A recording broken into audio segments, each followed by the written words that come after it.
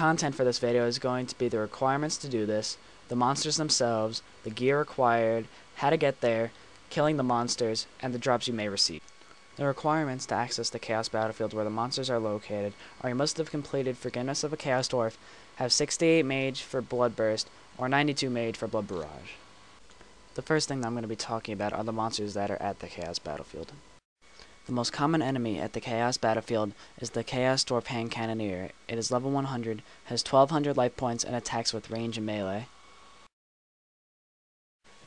The other enemy at the Chaos Battlefield is the Chaos Dworgre. Its combat level is 117, has 1000 life points, and attacks with melee and mage. The next thing that I'm going to be talking about is your armor and inventory that you're going to need. For your inventory, you are going to need about 16 prayer potions, enough blood, death, and chaos runes for about 1000 to 3000 casts. You're also going to want a holy wrench to gain extra prayer points per potion. A few rocktails would also be recommended, some extra bunyip pouches would also be advised, as well as one summoning potion. And also a one-click teleport just in case. This is going to be your expensive armor setup. For your armor, you're going to want the best mage bonus possible. If you can't afford Veritas like me, Varseer's Helm and Aram's robe, bottom, and top will work. I suggest Mystic or Infinity Boots, Ring of Wealth, and a Staff of Light. I forgot to equip it when I was recording. With the Staff of Light, you have a 1 in 8 chance of saving your runes after each cast. I also suggest any God Stole for the prayer bonus. I'm wearing a Gothic Stole just because it's the cheapest. A Saradomin Cape is also required for the good mage bonus. A Blessed Spirit Shield is also good for its good prayer and defense bonus. If you have an Arcane Spirit Shield, use it. If you have Barrow's Gloves, use them for their defense bonus as well.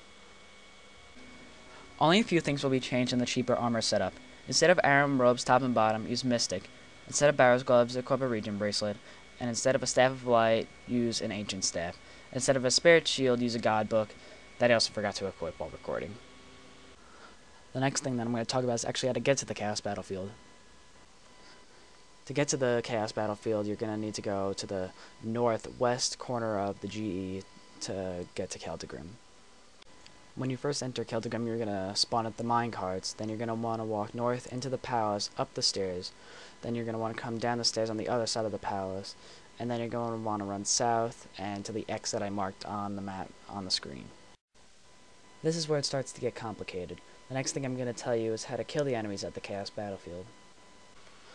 The basic idea of killing the Chaos Dworgres and Hand Cannoneers is to get them into as big of a pile as possible, so that way per cast you get as much experience as possible.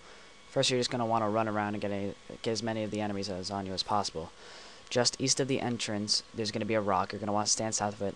That will get all the enemies into a gigantic pile, thus giving you more experience per cast. As you can see, I'm getting the kills relatively quickly, and I'm already getting charm drops. You probably don't want to eat food or drop prayer potions for charms. I would only recommend dropping the prayer potions and food for drops such as hand cannons, dragon pickaxes, and stuff like that that's worth more than what you're dropping. You're also always going to want to be praying range because the hand cannoneers, they can easily hit 400s with their hand cannon shots. The dworgres really won't hit as high, but that's why you're going to be playing range instead of mage or melee. Since the more mage defense bonus you have, the less mage attacks are going to be hitting on you. That's why the bunyip is going to help for whatever mage attacks that the dworgres hit on you. I tend to kill the Chaos Dworgres first, since I'm praying range against the hand cannoneers, and only the dworgres can really hit on me. That's pretty much it on how to kill the Chaos Dworgres and Chaos Dwarf hand cannoneers. The last thing I'm going to talk about are the drops that are dropped by the Chaos Dworgres and hand cannoneers that are actually worth mentioning. The most common drop would have to be charms such as gold, green, crimson, and blue charms. The hand cannon is a rare drop that is dropped by the hand cannoneers that is worth a decent amount of money. Another one of the more common drops is between 1 and 100 hand cannon shots that are worth about 150 GP each. One of the more rare drops is the Starved Ancient Effigy that is dropped by both Chaos Dworgres and hand cannoneers. The absolute rarest and most valuable drop is the Dragon Pickaxe. It is one of the only reasons why money is made here. It is dropped between approximately every 3,000 to 5,000 kills.